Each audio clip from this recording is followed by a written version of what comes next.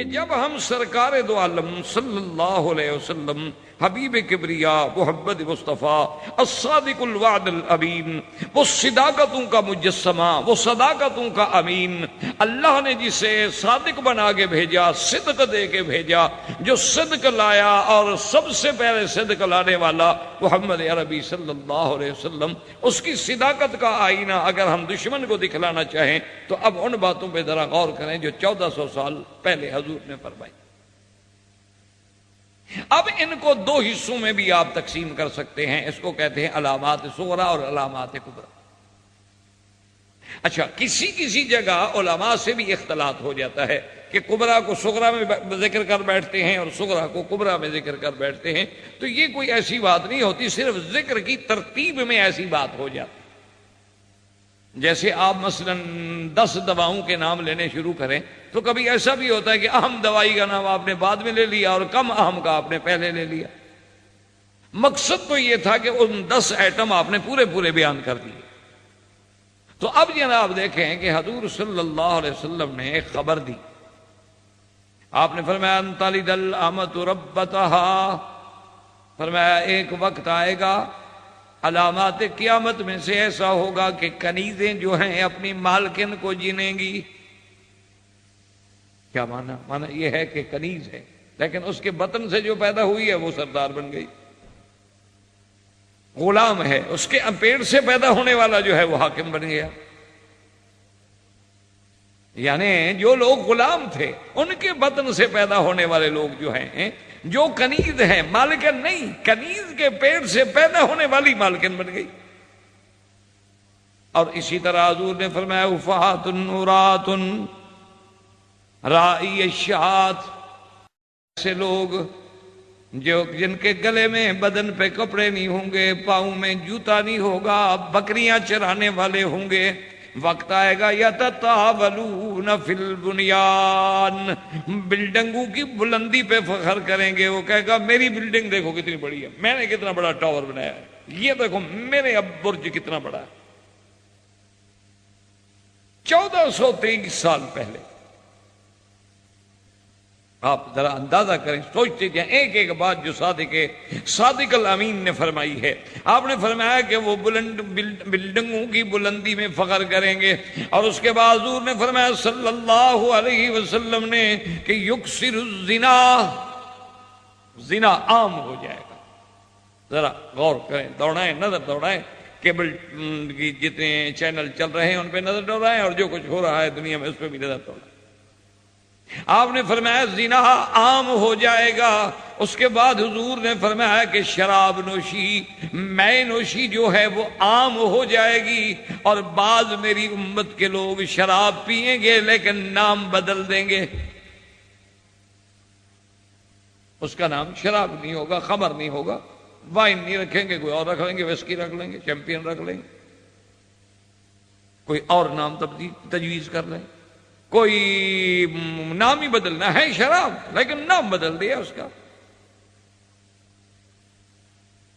1423 سال پہلے حضور صلی اللہ علیہ وسلم یہ باتیں ہمیں سمجھا رہے ہیں۔ اور اس کے بعد حضور نے فرمایا کہ بازار جو ہیں وہ قریب ہوں گے۔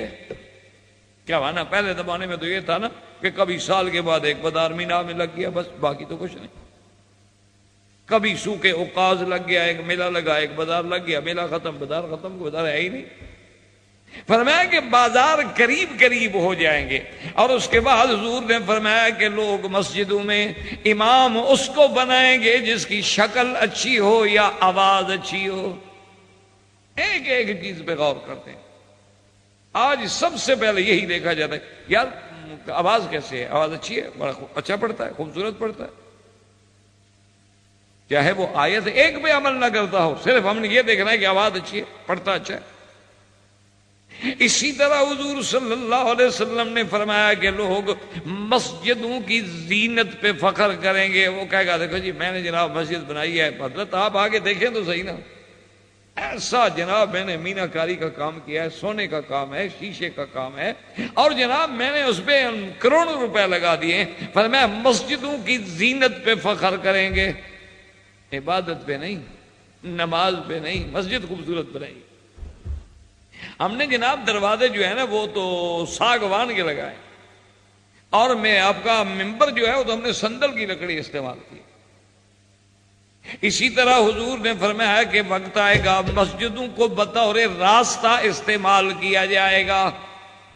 کیا مانا گزر جیسے راستہ ہوتا ہے نا جی، کہ آپ ہسپتال جاتے ہیں، ادھر سے بھی آ گئے ادھر سے بھی آ گئے، ایمرجنسی والے گیٹ سے بھی آ گئے، راستہ ایک ادھر سے چلے گئے، یعنی اہمیت کوئی نہیں کہ عبادت کے لیے جائے، بس ایک راستہ تھا گزر گئے۔ اور اسی طرح حضور صلی اللہ علیہ وسلم نے فرمایا کہ علاقے میں جو سب سے بڑا کمینہ ہوگا وہی قوم کا لیڈر ہوگا، اور فرمایا جو سب سے بڑا فاسق ہوگا، سب سے بڑا فاسق فاجر وہ قبیلے کا سردار ہوگا۔ اور حضور نے فرمایا کہ وقت آئے گا لوگ عزت کریں گے کسی کی مخافت شر ہی، اس کے شر سے بچنے کے لیے کہ بھئی السلام کر لو، گنڈا آدمی ہے، کہیں ایسا نہ ہو بےزتی کر دے کبھی۔ وہ جانتے ہیں کہ خبیث آدمی ہے، گنڈا آدمی ہے، یعنی ایسے ذلیل آدمی کو تو آدمی دیکھے بھی نا، لیکن السلام کیا ہے جناب خیریت ہے، اور پھر خود کہہ رہے یار کیا کریں، آدمی بڑا خطرناک ہے، حضرت محلے میں رہنا ہے کرک۔ تو حضور نے فرمایا کہ لوگ عزت کریں گے لیکن اس کی علم کی نہیں، اس کی دیانت کی نہیں، مخافت شر ہی، اس کے شر سے بچنے کی۔ اور اسی طرح حضور صلی اللہ علیہ وسلم نے فرمایا جو امین ہوں گے ان کو خائن سمجھا جائے گا۔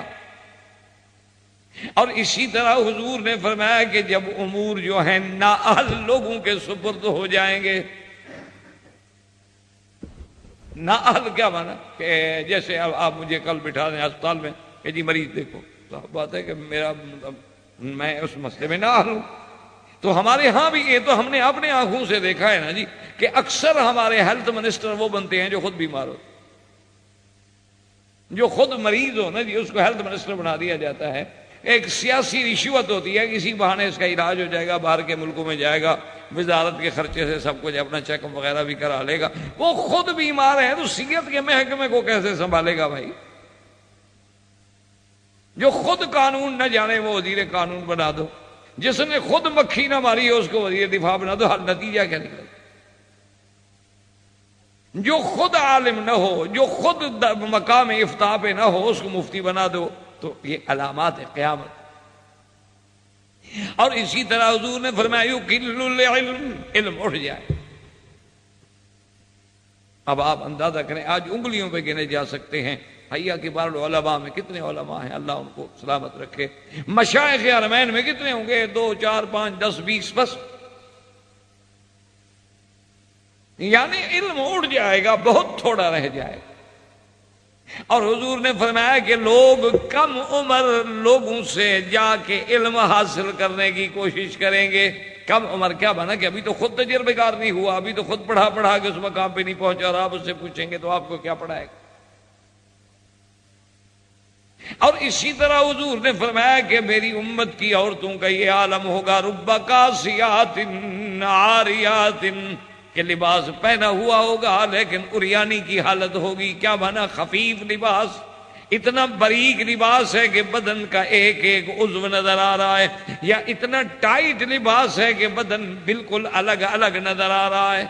کاسیات عاریات، اور حضور نے فرمایا مائلات ممیلات، وہ ایسی عورتیں ہوں گی اپنے انداز سے، نخرے سے لوگوں کو اپنی طرف مائل کرنے والی، اور جب چلیں گی تو ان کے پاؤں سے آواز آئے گی، یعنی ایسی جھانجریں پہنے گی پاؤں میں، ایسے زیور پہنے گی پاؤں میں کہ جب زمین پہ چلیں تو چھنا چھن کی آواز آئے اور پتہ لگے کہ یہاں بھی کوئی جا رہے۔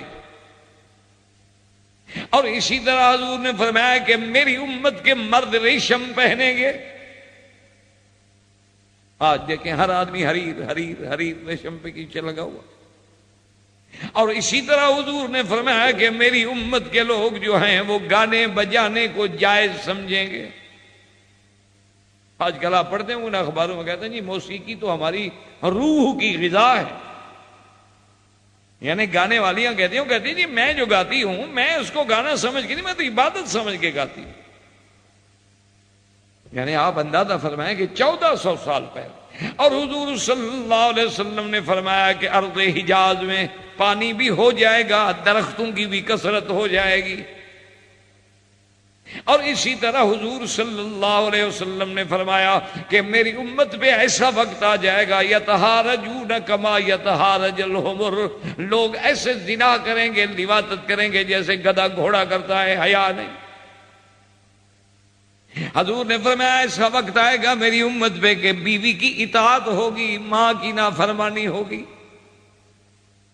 بیوی کا غلام فرما بردار لیکن ماں کا نافرمان، ماں کو سال سال ملنے کا موقع نہیں ملتا، فون کرنے کا موقع نہیں ملتا۔ اما جان بس معاف کیجیے، مصروفیت ہوتی ہے، آپ کو پتا ہے نا کہ بچے ہو گئے ہیں اور پھر کام بھی ہوتا ہے، ڈپٹی بھی ہوتی ہے، پھر واپس آتے ہیں کہ گھریلو مسائل بھی ہوتے، یعنی ماں تو کوئی مسئلہ ہی نہیں نا، مسائل تو اور اہم ہے نا اس کے لیے، ماں تو کوئی مسئلہ نہیں کہ ماں کو 1 سال کے بعد فون کر کے الٹا یہ کہہ رہا ہے کہ اب ماں جی بس وہ آپ معاف کی، یعنی پھر بھی وہ معاف کرے۔ یعنی اندازہ کرو کہ آدمی کو کہتے ہوئے کبھی ضمیر بھی نہیں کانپا، کبھی اس کے پاؤں بھی نہیں لڑکھڑائے کہ میں 1 سال کے بعد پھر بھی معافی ماں کے ذمہ لگا رہا ہوں کہ تم مجھے معاف کر دینا، تم معاف کر دینا۔ جیسے بہت سارے لوگ آتے ہیں نا جی، اچھا بول سب ہمیں دعاؤں میں یاد رکھنا، میں نے کہا جی کوئی تنخواہ دیتے ہیں آپ مجھے؟ ہاں جی دعاؤں میں یاد، یعنی میں دعاؤں میں بھی میں یاد رکھوں، نوکر ہوں میں تمہارا، وجہ کیا ہے تمہیں دعاؤں میں یاد رکھوں؟ مجھے پیمنٹ کرتے ہو، تنخواہ دیتے ہو، میرا کام کرتے ہو، مجھے تم نے کوئی ایسی خوشی پہنچائی ہے کہ جس کی وجہ سے وہ عام دعا تو سب کے لیے ہوتی ہے، اللہ مغفر لجمیع المسلمین، یہ نہیں کہیں گے کہ جناب الحمدللہ ملاقات ہوئی، آپ کا درد سنا، اب میں آپ کو ہمیشہ دعا کروں، نہیں، آپ دعاؤں میں یاد رکھیں، یہ بھی آپ کی ڈیوٹی ہے۔ بھائی کہنا تو یہ چاہیے تھا نا کہ جی آپ کے ہم درس سے فائدہ اٹھایا، قرآن سنا آپ نے، انشاءاللہ ہم آپ کو اب ہمیشہ دعا کیا کریں گے۔ نہیں مول صاحب آپ وعدہ ہو گیا نا جی، یعنی وعدہ بھی حرم میں لے رہا ہے۔ میں نے کہا جی بالکل وعدہ نہیں ہوا، قطعاً دعا نہیں کروں۔ خدا کے بندے کعبے کے سامنے کھڑے ہو کے مجھ سے تو وعدہ لے رہے، ایک معمولی سی بات ہے میں ہاں کہہ دوں، قیامت میں کیا جواب دوں؟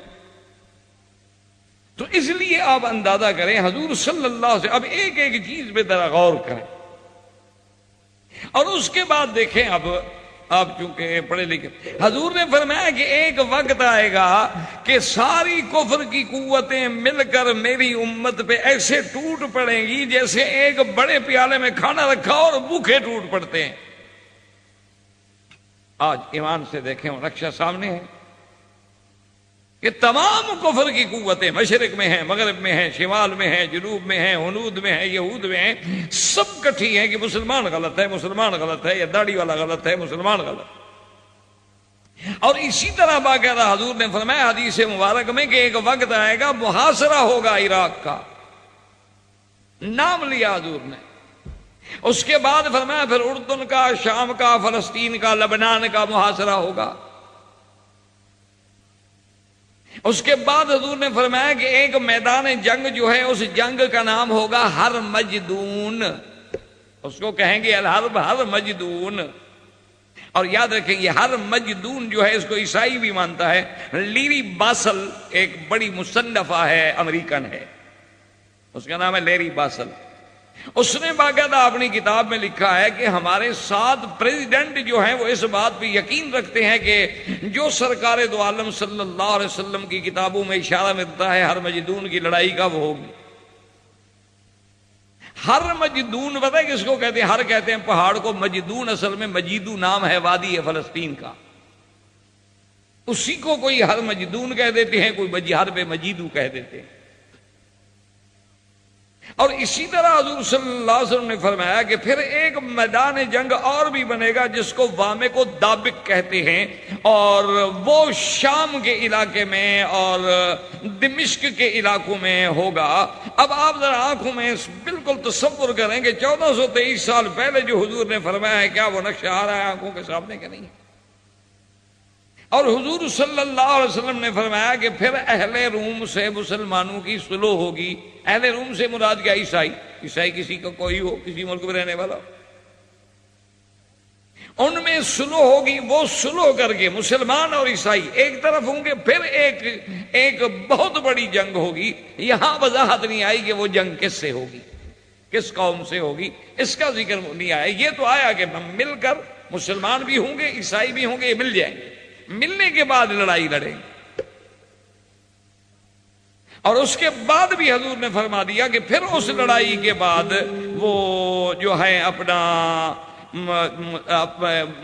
عیسائی جو ہیں وہ پھر عہد شکنی کریں گے، وہ عہد شکنی کریں گے، اور حضور صلی اللہ علیہ وسلم نے فرمایا کہ اس عہد شکنی کے بعد پھر ان کی مسلمانوں سے لڑائی ہو، اور یہ بھی بتلا دیا کہ ان کے پاس 80 علم ہوں گے اور ہر علم کے نیچے 12,000 پیادہ فوج ہوگی، اور پھر اس کے بعد یہی وہ دور ہوگا جب پیدا ہوں گے کون؟ حضرت امام مہدی۔ اور حضور پاک نے یہ بھی بتلا دیا کہ وہ مہدی جو ہے وہ کون ہوگا؟ فرمایا محمد ابن عبداللہ، اس کا نام محمد ہوگا، اس کے ابا کا نام عبداللہ ہوگا، حسن ابن علی اور سیدہ فاطمہ کے خاندان سے تعلق رکھے گا، اور سرزمین حرم میں آ کے اللہ تبارک و تعالیٰ کی رحمت سے وہ ظاہر ہوگا۔ لیکن یہ وہ مہدی نہیں جو روافض کہتے ہیں، جو شیعہ کہتے ہیں کہ محمد ابن حسن عسکری کی اولاد میں ہے اور وہ غار میں چھپے ہوئے ہیں اور 70 ہاتھ لمبا قرآن بھی ان کے پاس ہے، وہ نکلے گا، وہ تو ایک جھوٹی بات ہے جس کی کوئی حقیقت ہی نہیں۔ اب جناب اندازہ کریں کہ پھر وہ مہدی جو ہیں جب وہ آ جائیں گے تو پھر 5 جنگیں وہ لڑیں گے، الملحمۃ الکبریٰ ہوگی، فرمایا ایک جنگ جزیرہ عرب میں ہوگی، ایک جنگ جو ہے فارس کے ساتھ ہوگی، ایک جنگ جو ہے قسطنطینیہ میں ہوگی، اور ہر جنگ میں اللہ تبارک و تعالیٰ اسلام کو غلبہ دیں گے اور اسلام کو فتح دیں گے۔ اور اسی طرح عین اسی مہدی کے زمانے میں پھر نزول عیسیٰ ابن مریم ہوگا، اور وہ کس جگہ ہوگا؟ فرمایا لا شرقی منارت شرقی ویزا دمشق، کہ وہاں جو محمد ابن عبداللہ المہدی ہیں یہ دمشق کی اسی مسجد میں ہوں گے، اور اذان ہو چکی ہوگی، ایک اقامت ہونے والی ہوگی کہ عیسیٰ ابن مریم جو ہے 2 فرشتوں کے کندھوں پہ ہاتھ رکھے ہوئے اتریں گے، اور حضور نے فرمایا وہ ایسے اتر رہے ہوں گے کہ ان کے بالوں سے پانی ٹپک رہا ہو، معلوم ہوگا کہ ابھی ابھی غسل کر کے اترے ہیں آسمان۔ جب عیسیٰ ابن مریم اتریں گے، ینزل عیسیٰ ابن مریم، جب عیسیٰ ابن مریم علیہ السلام اتریں گے تو وہ عبداللہ محمد ابن عبداللہ جو ہیں، جو امام ہیں، وہ پیچھے ہٹنا کہیں گے کہ اب اللہ کے رسول آ گئے، نبی آ گئے ہیں تو وہ امام بنے۔ لیکن عیسیٰ علیہ السلام فرمائے گا لا رسلک، آپ کھڑے رہیں، میں آپ کے پیچھے نماز پڑھوں گا تاکہ امت پہ واضح ہو جائے کہ میں حضور محمد مصطفیٰ کی رسالت کا تابع ہوں، میں کوئی نیا نبی رسول بن کے نہیں آیا، بلکہ اب نبوت جو ہے صرف محمد الرسول اللہ کی ہے، خاتم الانبیاء کی ہے، میں تو اب گویا کہ تابع محمد مصطفیٰ بن کے آئے ہوں۔ اچھا، خدا کی شان یہ ہے کہ پھر یہ وہی زمانہ ہوگا جب خروج دجال ہوگا اور خروج یاجوج ماجوج ہوگا۔